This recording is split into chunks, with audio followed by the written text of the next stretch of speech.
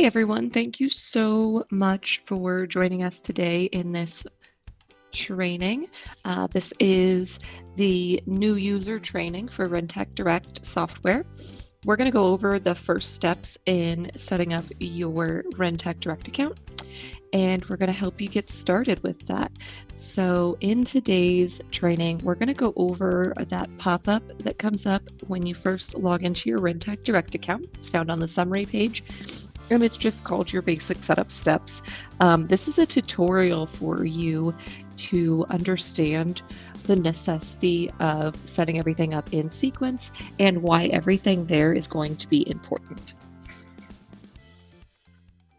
My name is Shay. I've been here at Rentec Direct for 4 years. I handle these trainings as well as work in client experience. As I said today, we are going to go over that new client welcome information. We'll talk about the rent payments that are offered to you. Your support resources will also be discussed, as well as that getting started guide. So again, that getting started guide is what pops up in the summary page when you enter the software.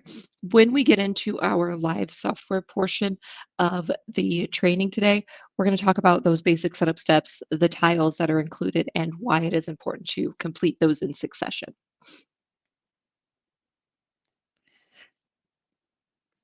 Many of you just signed up, and when you did, one of the first emails that went out to you would have been this new client welcome kit flyer. This flyer contains information for getting started, so checklists, navigation information, resources. It's going to also explain how you're going to log into your account. So your email is your username, and then we will send you in a separate email a password. You're also going to get this really awesome setup video. So it does include detailed instructions for setting up your new Rentec Direct account. If you guys are having trouble accessing this flyer, if you've maybe deleted it or can't find it in your email, it is available to you in your knowledge base. Click on that knowledge base at the bottom of your screen and just type in new client welcome kit, and that'll pop up. You'll get that information there as well. So like I mentioned, you do have a few options for accepting rent payments. One of those is going to be your online payment option for ACH and credit card services.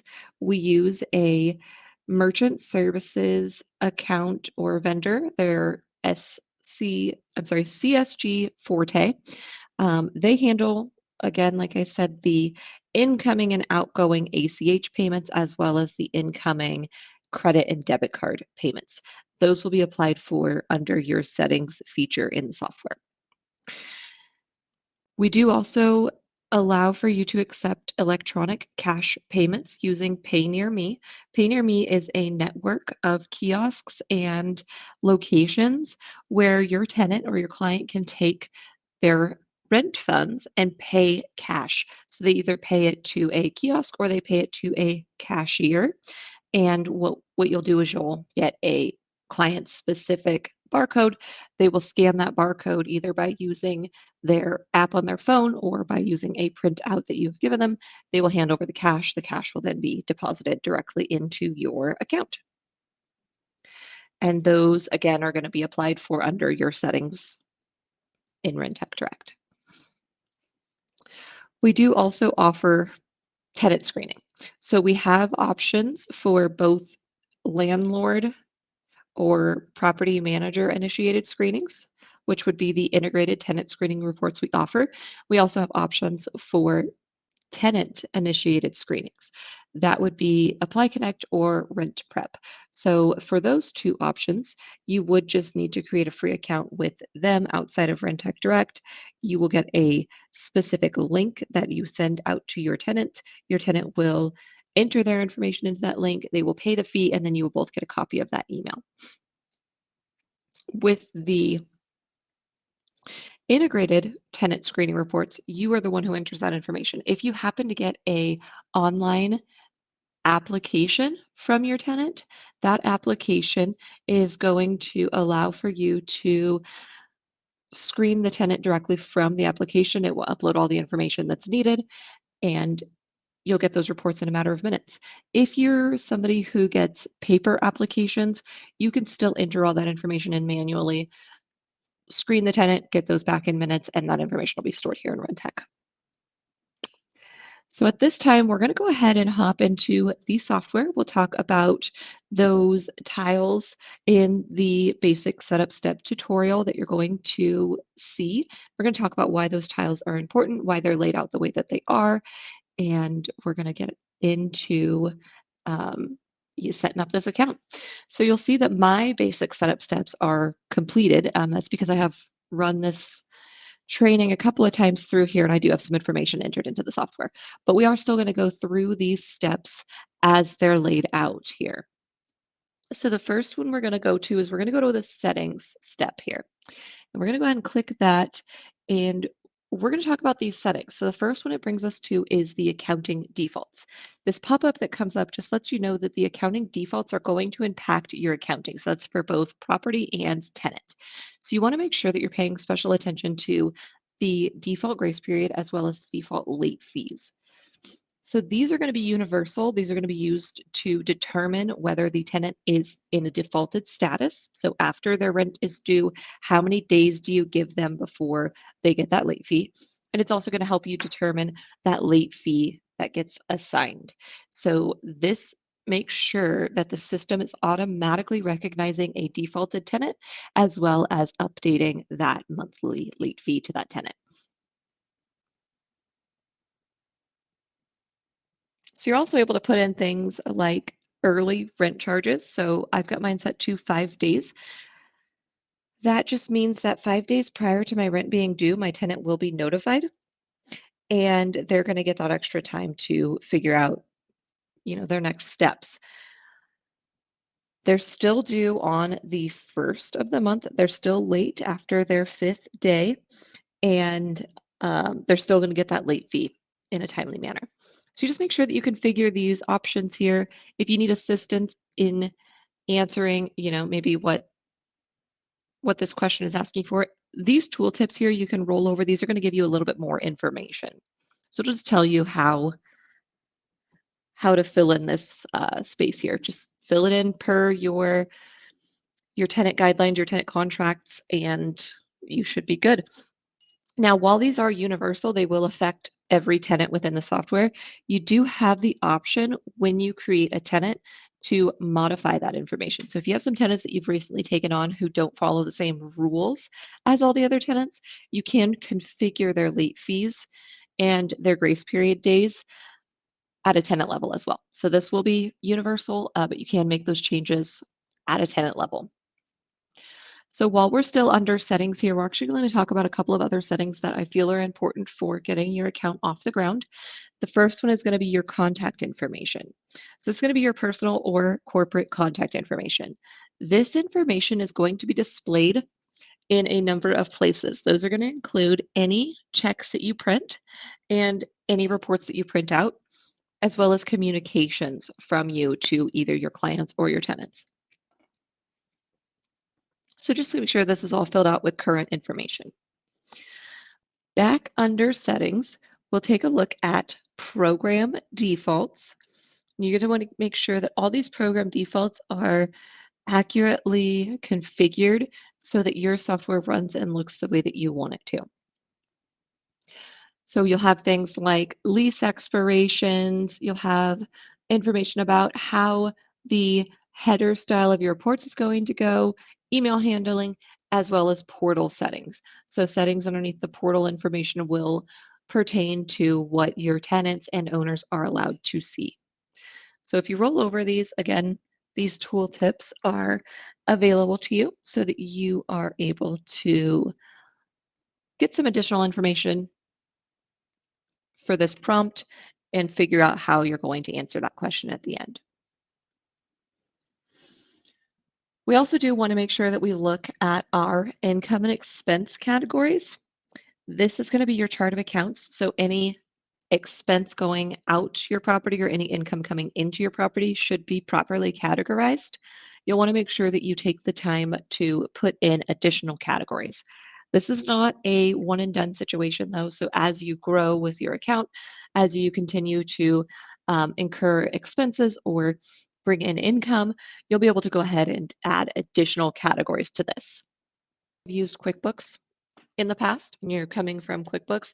If you have a chart of accounts in QuickBooks, you could mirror that chart of accounts here just to ensure that you have all of the categories that you and your accountant or you and your bookkeeper are used to using. And then back under settings, I just want to point out real quick that this is where you're going to find those applications for your online payments. So that's under settings. And then your financial subheading, you'll see online payments and you'll see cash payments. This is where you will come to create those applications and apply for those additional services. The online payments, again, is for ACH and credit debit card payment capabilities. The cash payments is to utilize that Pay Near Me cash payment network so that you can accept those cash payments from your tenants. So now that we've looked at settings, we're going to go ahead and we're going to head back to our summary page. We're going to take a look at our next basic setup step. So banking.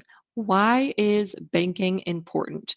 Banking is going to be a universal transcending setting within the software. So your tenant is going to pay to your bank account and your bank account is going to gain income. Your bank account is then going to pay out your property expenses, your owner expenses, and your management fees. So banking is an important step. We'll get banking set up. We'll get owners set up. When we set up owners, it's going to ask us, what bank account do you want to pay them from? When we set up properties, it's also going to ask us, what bank account do you want to set up?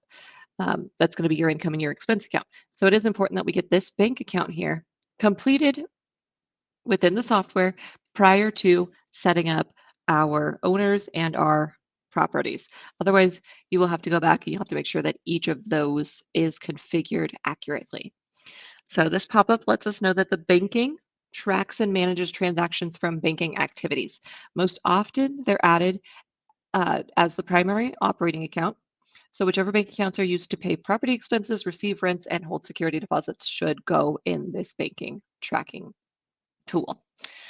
When your bank account is posted here, we actually will use the last four of the bank account number to match up to the Forte application that you have sent in. So some people have multiple bank accounts for merchant service needs. If that's you, we will need to know which bank account goes to which application so that we can easily match those up and ensure that your funds are getting deposited to the correct account. So you'll just go ahead and you'll add the account information in here. It does need to be a business checking account. You'll put the institution information in. You're going to also enter in the routing and account number. These will be encrypted once you've put them in, and you'll save the changes. So once you've saved those changes and you have created a merchant services application, it's been approved, everything is great, this information will be added here. So you'll get your gateway, which will be your Forte portal, and your merchant ID, which will go here. So once you have this bank account added, you're ready to move on to the next step, which is going to be adding your owners. So under owners, it's just going to let you know that the transactions and portfolio will be stored here, and any owner disbursements or owner portal access will be available and something that you can edit at this owner level. So again, adding owners, simple. You're going to click that blue add button. You're going to put the information into this profile, and you're going to make sure that you choose your payment method. So at this time, because we don't have a ACH account set up, we're going to say that we're paying them by check. It's going to ask you for that bank account. So it will be paid from this bank account, and all that information is entered.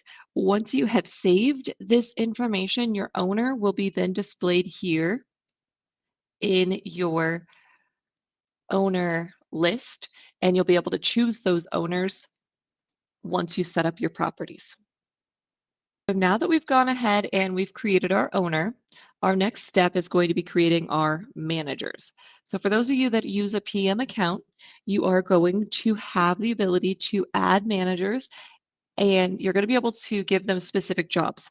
You can give them a maintenance position, you can give them a management position for marketing, or you can give them a management position for your primary property manager of specific properties. So once you have property managers overseeing specific properties, you can add a manager and enter their details in this step.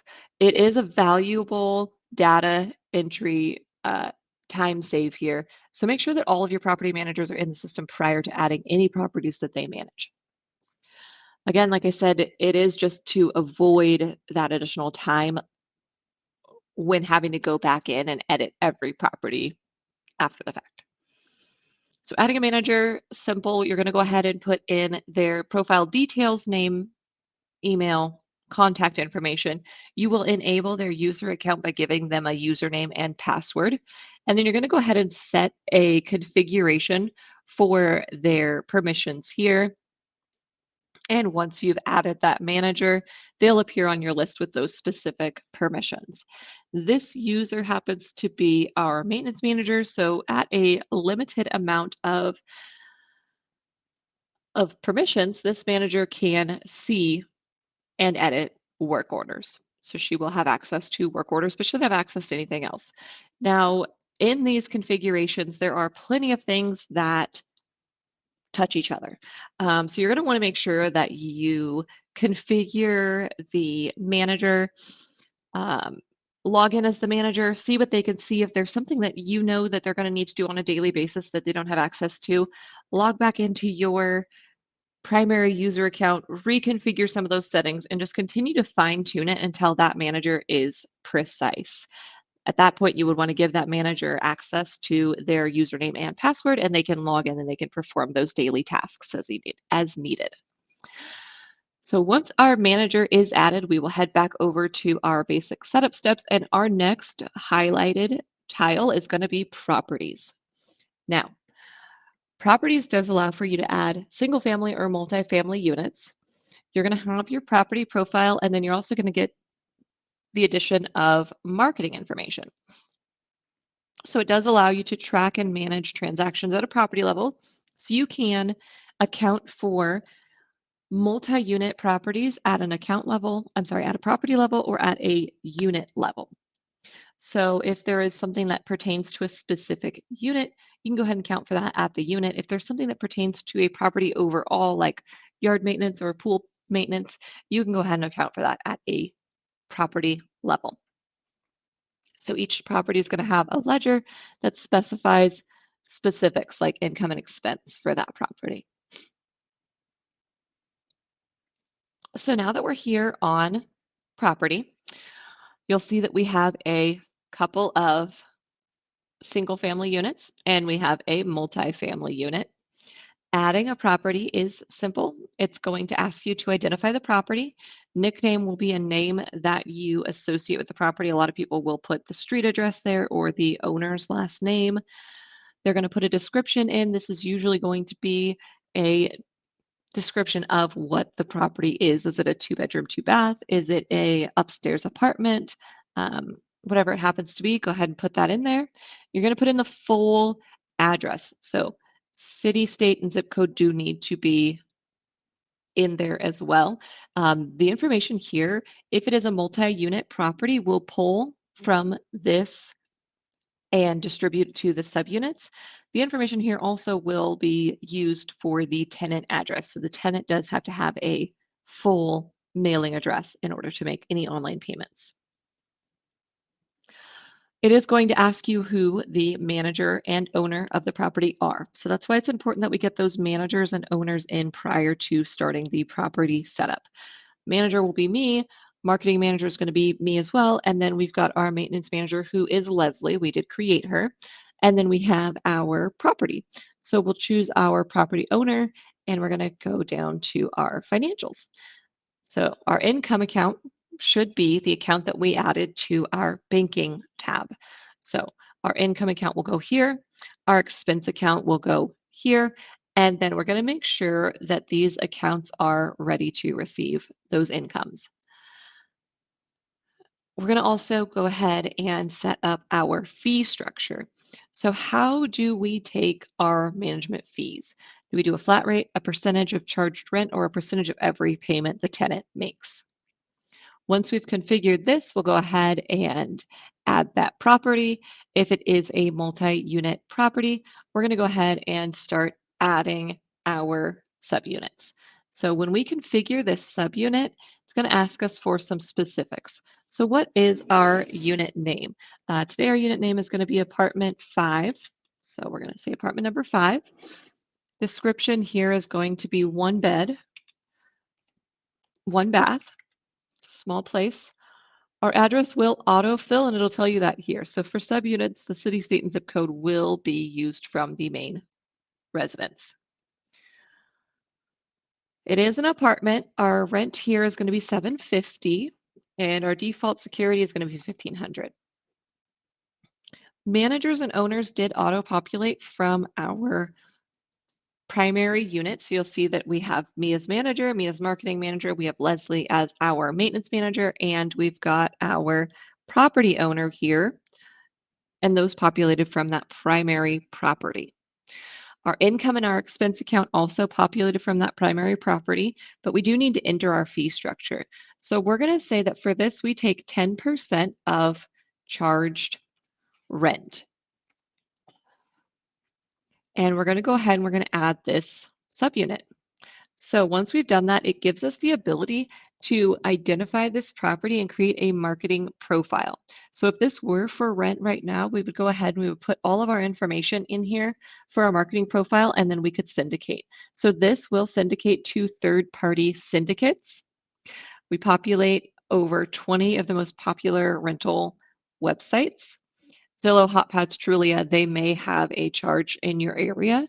So you want to make sure that you communicate with them, get an account set up with them, and then you'll be able to use their software. We accept online applications, and you do get a public page. So all of that's available to you. If you need help with any of that, just let us know. We'll help you out with that. So now that we have our property in here, and we have a vacancy, we're ready to progress to the last step in this summary, and that is adding our tenants. So there's 2 ways to add tenants. The first way is to select a property. You want to open up the property menu and then click Place New Tenant to create a tenant that's attached to that property. The second way to do that is to add all tenants at once under your Tenant tab. So you can add all the tenants without moving them into a property first. So for the sake of this training today, we're going to go ahead and add that tenant the way that it suggests that we do by clicking our menu, this 3 stacked dots here, placing a new tenant, and entering their information here. So today, our tenant who has moved in is Heather Latham, and we're going to want to put an email address in because Heather's going to need to pay her payments online. And in order to do that, she does need to have an email address. So she works at Rentec Direct, and this is her email address. So Heather is here. The values of rent and security deposit did come over. We're going to put in her accurate move-in date. She happened to move in October of 2012. So we're going to say October 25th, 2012. That is her move-in date. You want to make sure that that is factual. The day that she actually moved in needs to be displayed. Now, her begin charges on day will need to be the day that you want to start charging her in Rentec. Since we're already halfway through the month, we're going to say that we're going to start charging her next month for this. So February 1st, 2023. That's our begin charges on date. She'll get her first charge in Rentec for February. She'll be able to go in and pay her first charge in Rentec for February. If you happen to put in her move-in date here, she would have an astronomical past due balance, and that's not what you want. So it is very important that you put this in as of the day you want to begin your charges here in Rentec. So we're going to place that tenant. It's going to go ahead and bring us to the rest of the tenant profile. So we will want to make sure that her email notifications are enabled. She will need a phone number. and she will need portal access set up. So we'll click through all of these. We'll make sure that her password is generated. We will email this tenant the information, and she'll be able to then log in to um, her portal. So we'll go ahead and we will save this tenant, and she will end up here on our tenant list. She'll have her first month's due rent, which is going to be her February rent, and she'll be able to go ahead and log in to that software. So now that we have completed these basic setup steps, you're ready to go ahead and start using that software. Obviously, we understand that there will be a bit more information that you will want to set up, and that is something that you can do as you're going through. So maybe you want to set up all of the owners first, and then set up all of the managers first, all the properties, all the tenants. You are welcome to go ahead and do that. You can also set them up by region or by property, however you want to do that. I want to mention the data import. If you are a client who has 26 or more units, you are welcome to take advantage of the data import. It's going to bring over active tenants, active properties, owners, and vendors. If you want the information for that, reach out, let us know. It's also available to you in your knowledge base. If you were to click into your knowledge base, type in data import, you're going to get that full information there as well. I do want to let you know that you have support available to you that is going to be here 6 a.m. to 5 p.m. Monday through Friday, Pacific Standard Time. They have phone and chat and email support. You can take a screenshot of this information, use this to contact us. You can also use the blue Need Help button that's available to you from any screen within your Rentec Direct software. You will find that at the bottom right hand corner of your screen. So that concludes our training for today. I want to thank you guys so much for attending, and I want to just make sure that you are aware and capable of getting the assistance that you need. So please do refer to your knowledge base, use those self-help articles, those screenshots, slideshows, videos, everything that's available to you in that knowledge base is going to be a huge help.